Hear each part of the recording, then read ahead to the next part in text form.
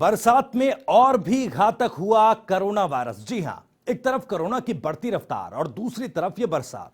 ताजा रिपोर्ट के मुताबिक बरसात में कोरोना और घातक हो रहा है। ऐसे में कोरोना वायरस ने अपना जो रूप है वो बदल लिया है और बरसात के मौसम में कोरोना फेफड़ों पर सीधे अटैक कर रहा है।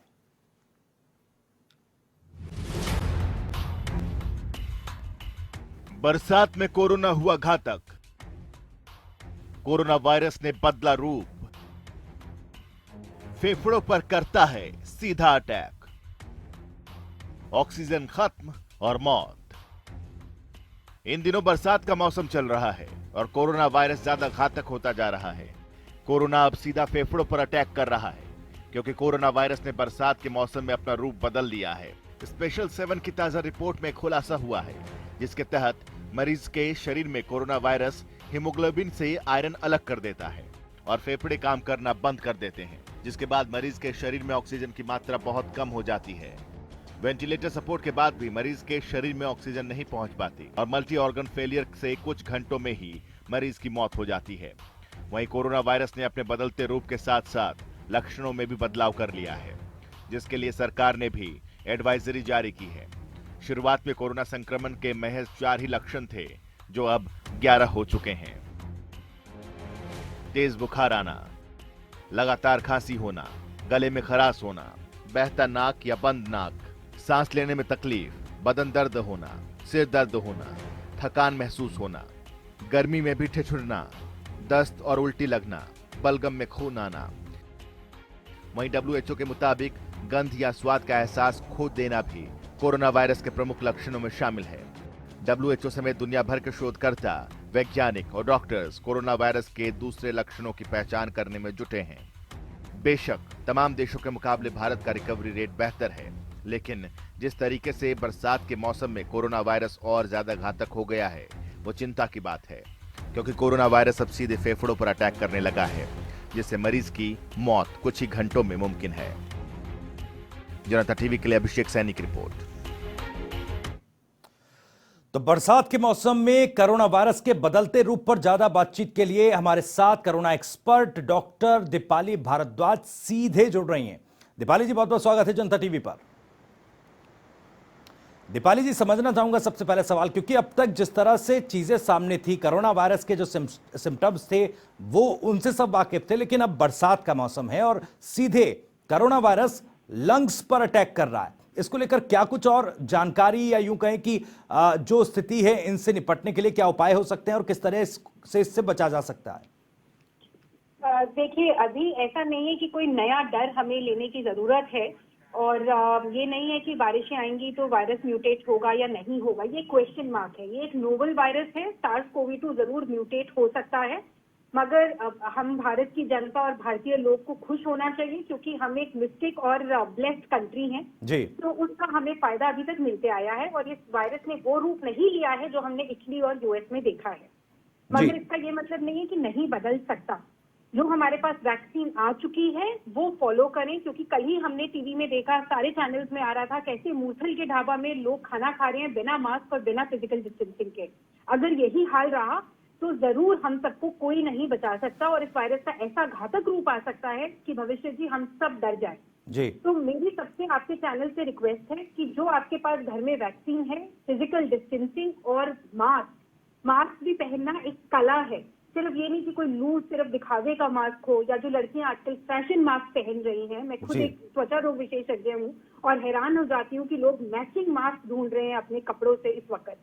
तो प्लीज सिंपल N95 या 3 प्लाई सर्जिकल मास्क ही पहने, 4 से 5 घंटे के लिए ही उसको पहने। घर का बनाया हुआ कपड़े का मास्क पहने, बहुत अच्छा है, तो उसको टाइट होना चाहिए, वो भी सिर्फ 5 घंटे चलेगा। उसके बाद आपको मास्क बदलना पड़ेगा और इस मास्क को अगर रीयूजेबल वाला नहीं है, जैसे कि 3 प्लाई या सर्जिकल, तो उसको फेंका जाए। रीयूजेबल घर के कपड़े का मास्क है तो उसको आप प्रेशर कुकर में 2 सीटी दे सकते हैं, धूप दिखा के 3 दिन बाद पहन सकते हैं जी। अगले दिन दूसरे कपड़े को टाइटली पहने। ठीक से मास्क पहनने से आप अपने आप को बचाते हैं, अपने खानदान को बचाते हैं, सोसाइटी को आप एक अपना सिटीजन का रोल प्ले करते हैं जी। दीपाली जी, ये भी जानना चाहूंगा क्योंकि स्वास्थ्य मंत्रालय की तरफ से 11 नए लक्षण कोरोना के बताए गए हैं, यानी 11 नए सिम्टम्स, उनके बारे में आपसे जानना चाहूंगा।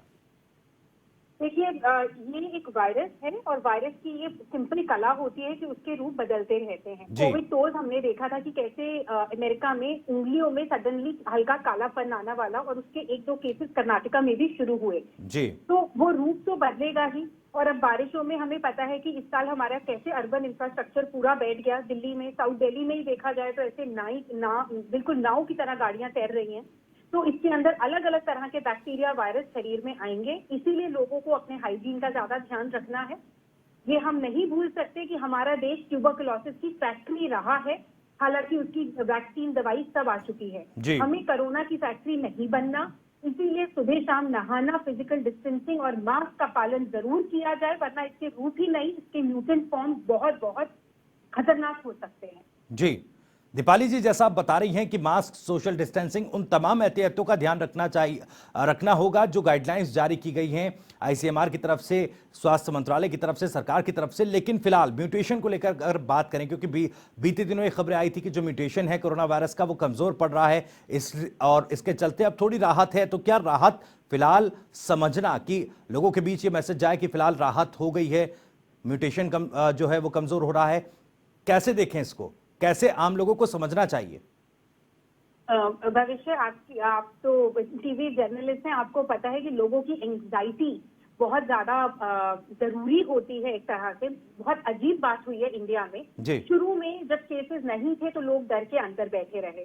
केसेस बढ़े, लॉकडाउन खुला और लोगों ने लाइन लगा दी दिल्ली में अल्कोहल खरीदने की। जी। तो मैं सबको यही कहूंगी, एंजाइटी या डर की इसका फॉर्म बदल रहा है, नहीं बदल रहा है, वो सब इनको डॉक्टर्स पे छोड़ देना चाहिए। जी। इनकी जो समाज की जो जिम्मेवारी है, ड्यूटी है, वो सिर्फ और सिर्फ केवल मास्क को ढंग से पहनना है, फिजिकल डिस्टेंसिंग है, हाथ को बार बार धोना है। देखिए, हमारा इंफ्रास्ट्रक्चर हेल्थ का उतना स्ट्रांग नहीं है इटली और अमेरिका जितना, और यहाँ पे स्ट्रेन अगर बदल रहा है, वो तो रिपोर्ट सिर्फ माइक्रोस्कोप में देख के, कम से कम 1000 केसेस देखने के बाद ही डॉक्टर्स, आईसीएमआर के scientist, not doctors like me, scientist आपको ये बात कंफर्म कर पाएंगे। जी। मगर ये देखना कि वो म्यूटेट हुआ है कि नहीं, आपकी और मेरे जरूरी बात नहीं है। जरूरी ये है कि हम अपनी जिम्मेवारी पूरी करें और हम कोई भी ऐसी गलत कदम ना उठाएं जिससे हम अपने खानदान को, अपने आप को और अपनी सोसाइटी को खतरे में डाल सकते हैं। जी। दीपाली जी, एक और अहम सवाल यहां पर यह है, क्योंकि तमाम एहतियातों के बावजूद, क्योंकि दिल्ली में अगर बात करें तो दिल्ली में होम आइसोलेशन की सुविधा लोगों को दी गई है, उत्तर प्रदेश में भी इसको लागू किया गया है।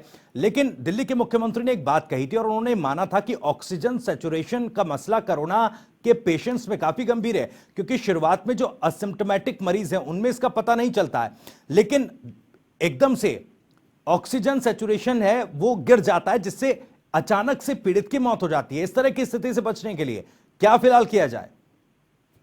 देखिए, आपको सबसे ज्यादा जरूरी है, आपने अपना ध्यान रखा, मगर ऑक्सीमीटर अपने घर पे हर इंसान रख सकता है। इसको सरकार ने शायद सब्सिडाइज भी किया है, मैंने पेपर में पढ़ा था सेंट्रल गवर्नमेंट में। तो एक ऑक्सीमीटर नियम मुश्किल से 1000-1100 रुपए की चीज है, जो करीब हर ही घर में होना जरूरी है आज की डेट में, क्योंकि एसिम्प्टोमेटिक कैरियर्स बढ़ते जा रहे हैं और यही हाल कम से कम नहीं तो 16 से 18 महीने रहेगा। ऑक्सीजन जहां 95 से नीचे आता है तब आपको डॉक्टर की जरूरत है। ऑक्सीजन बढ़ाने के जो सिंपल तरीके होते हैं वो हमारी इंडिया की जो पुरानी क्रिया है, योगा के द्वारा आप अपने लंग्स में ऑक्सीजन को बढ़ा सकते हैं। जब आप अपने पेट के बल सोते हैं और लंबी सांसें लेते हैं, पेट के बल जब आप लेट जाते हैं तो आपकी लंग्स के जो पिछला हिस्सा होता है जहां पे आमतौर पे ऑक्सीजन की कमी हो जाती है, तो उसमें भी ऑक्सीजन जाता है। तो इस तरह की अलग अलग योगिक एक्सरसाइजेस कि अपने आप ब्रीदिंग को इम्प्रूव करें, वो हर इंसान को इस वक्त करनी चाहिए, अपनी इम्यूनिटी को बढ़ाना चाहिए। और ये भी जरूर कहूंगी आपके माध्यम से कि अननेसेसरी बेफालतू ज्यादा विटामिन ना खाए जाए, क्योंकि हाइपर विटामिनोसिस भी एक बीमारी होती है, जिसका मतलब आप ज्यादा विटामिन खाएंगे। अगर आप विटामिन सी बहुत ज्यादा खा रहे हैं, जब से कोरोना शुरू हुआ है फरवरी में, तो आपको किडनी स्टोन होने के चांसेस हो सकते हैं ऑक्सीजन फॉर्म। तो अननेसेसरी विटामिन ना खाएं, बट जैसे आपने कहा ऑक्सीजन को अपना बढ़ाएं। ऑक्सीजन बढ़ाने के लिए कुछ खाने की डाइट्स होती हैं जो कि सिंपल वेजिटेरियन जो हमारा भारतीय खाना है पोषक, उससे भी शरीर में ऑक्सीजन आयरन की मात्रा बढ़ती है, जिससे ऑक्सीजन हमारे शरीर में ज्यादा फैलता है। जी दीपाली जी, जैसा ऑक्सीजन की हम बात कर रहे हैं, ऑक्सीमीटर के इस्तेमाल की बात आपने कही और दिल्ली सरकार ने भी घरों घरों तक ऑक्सीमीटर पहुंचाने का दावा किया, केंद्र सरकार की तरफ से भी इसको सब्सिडाइज किया गया है। लेकिन कई ऐसा लोग हैं, या यूं कहें मजदूर वर्ग है या गरीब तबका है, जो ऑक्सीमीटर नहीं खरीद सकते या फिर उसके इस्तेमाल से अभी सहज नहीं है। जब ऑक्सीजन लेवल एक पेशेंट में कम होता है, उस वक्त किस तरह के लक्षण, जिससे ये आइडेंटिफाई किया जा सके कि जो पेशेंट है उसका ऑक्सीजन लेवल धीरे धीरे नीचे आ रहा है या ये इसके लक्षण है, कैसे पहचाने उसको? वो हर मरीज के अलग आएंगे जी। सबसे कॉमन ऑफ कोर्स हो गया ब्रेथलेसनेस, सडनली लगता है सांस नहीं आ रही है, सांस फूले जा रही है, आपको लगता है सांस लेने में दिक्कत हो रही है या गला आपका सिकुड़ रहा है, जी। इस तरह के चेंजेस। या आपके हाथों की उंगलियों के एंड, पैरों की उंगलियों के एंड वो बिल्कुल नीले पड़ जाते हैं, क्योंकि वहां तक ऑक्सीजन नहीं पहुंच पा रहा। शरीर के जो एंड्स होते हैं, इनको कोविड टोज कहा जाता है। जी। तीसरा लक्षण देखा जा सकता है कि जहाँ पे आपको सडनली दिखने में आपको ब्लरिंग हो रहा है, क्योंकि आपकी आंखों की नसों में, नर्व के अंदर जब ऑक्सीजन की कमी होती है, या जिसको हाइपोक्सिया कहा जाता है।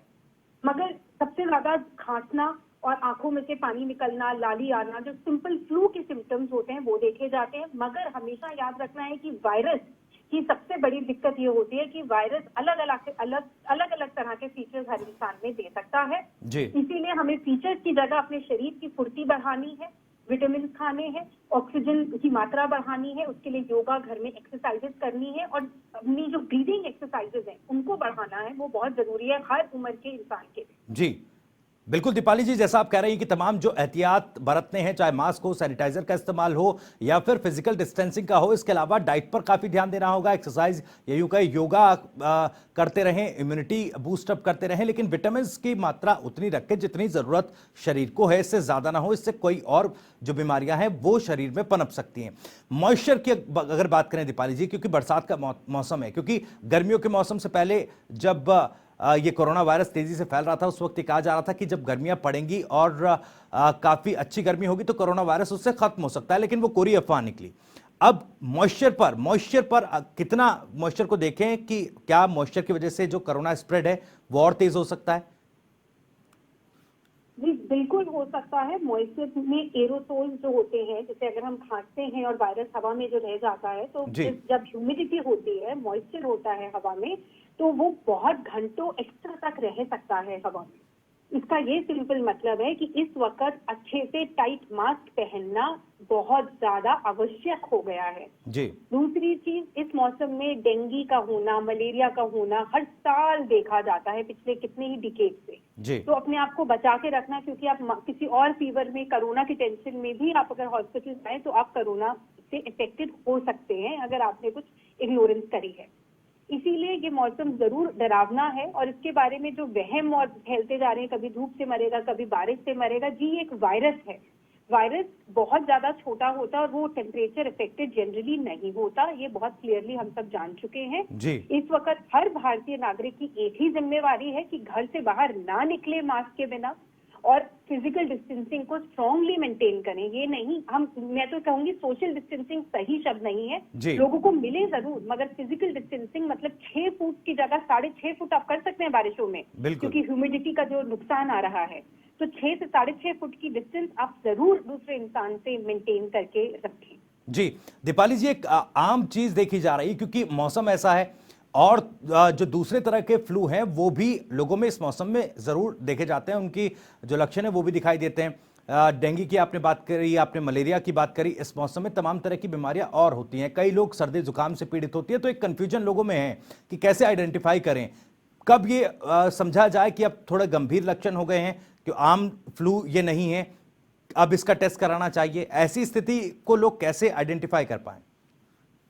देखिए, इसके लिए एक सिंपल हमारे दिल्ली सीएम ने भी और एम्स डायरेक्टर आईसीएमआर ने गाइडलाइंस दी हुई हैं कि सिर्फ अगर आपको सांस लेने में दिक्कत आए, अगर आपके पास ऑक्सीमीटर हो और आप ऑक्सीमीटर से देख सकते हैं 95 से नीचे हो, तब आपको हॉस्पिटल पहुंचने की जरूरत है। जी। मामूली फीवर जो पहले चलता था उसमें आप टेलीफोनिक कंसल्टेशन अपने जीपी के साथ कर सकते हैं।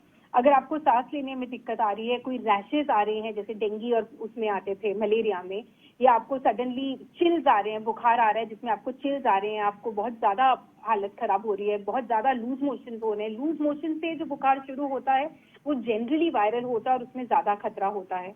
तो इस तरह की कुछ चीजों का आपको ज्यादा ध्यान रखना पड़ेगा जी। और आपको अपने नजदीकी जो हेल्थ सेंटर है उन सबके फोन नंबर्स अपने पास ऑलरेडी अरेंज कर लेने चाहिए। जो भी जहाँ पे है, दिल्ली सरकार ने बहुत सुविधाएं क्रिएट करी है, मगर सेंट्रल गवर्नमेंट ने बहुत ज्यादा सुविधाएं क्रिएट करी हैं। जी। तो ये आपके आसपास के एरियाज का आपके पास नंबर होने चलिए फिलहाल बहुत बहुत शुक्रिया दीपाली जी जनता टीवी के साथ जुड़ने के लिए और ये तमाम जानकारी साझा करने के लिए बहुत बहुत शुक्रिया आपका। तो कहीं ना कहीं वो तमाम एहतियात जो गाइडलाइंस जारी की गई हैं उनको ध्यान में जरूर रखना होगा।